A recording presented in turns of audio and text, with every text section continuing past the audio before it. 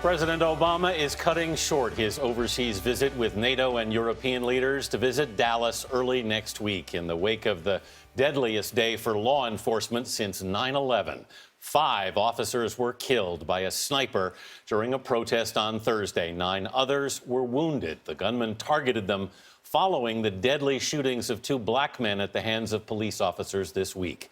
Protests against those killings continued across the country Friday. Last night in Phoenix, police in riot gear used pepper spray against protesters, some of whom threw rocks at police. 3 people were arrested, 6 were injured.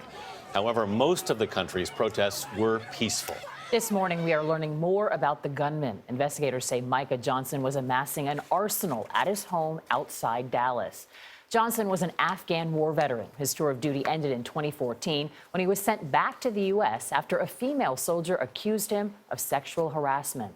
Manuel Bojorquez is in Dallas with the latest. Manuel, good morning. Good morning. With the gunman dead and believed to be the only person involved in the attack, the Dallas mayor has now said he believes the city is safe and can move on to healing. But given the horror that played out on these streets, that could take a long time.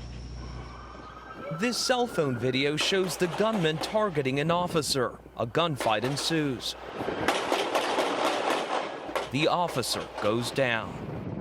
The attack unfolded in downtown Dallas Thursday night, just as a march in solidarity with victims of police shootings, attended by 800 people, was wrapping up. We got a guy with a long rifle. We don't know where the hell he's at. The shooter kept firing, even as officers rushed to help the injured.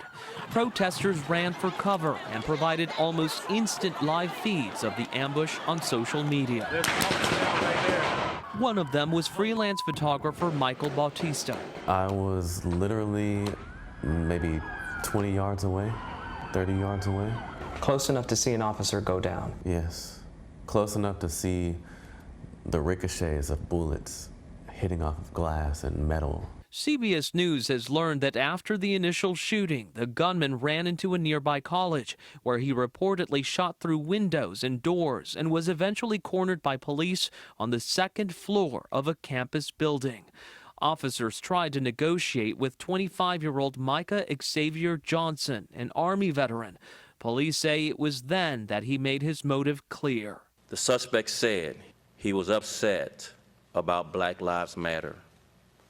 He said he was upset about the recent police shootings. He wanted to kill white people, especially white officers. The chief says negotiations eventually broke down. We saw no other option but to use our bomb robot and place a device on its extension for it to detonate where the suspect was.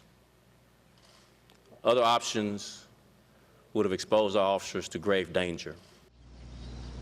The mayor said there were others the night of the protest who were carrying rifles and wearing protective gear, but turned out not to be involved in the shooting. He also said parts of downtown Dallas could remain closed at least through the weekend.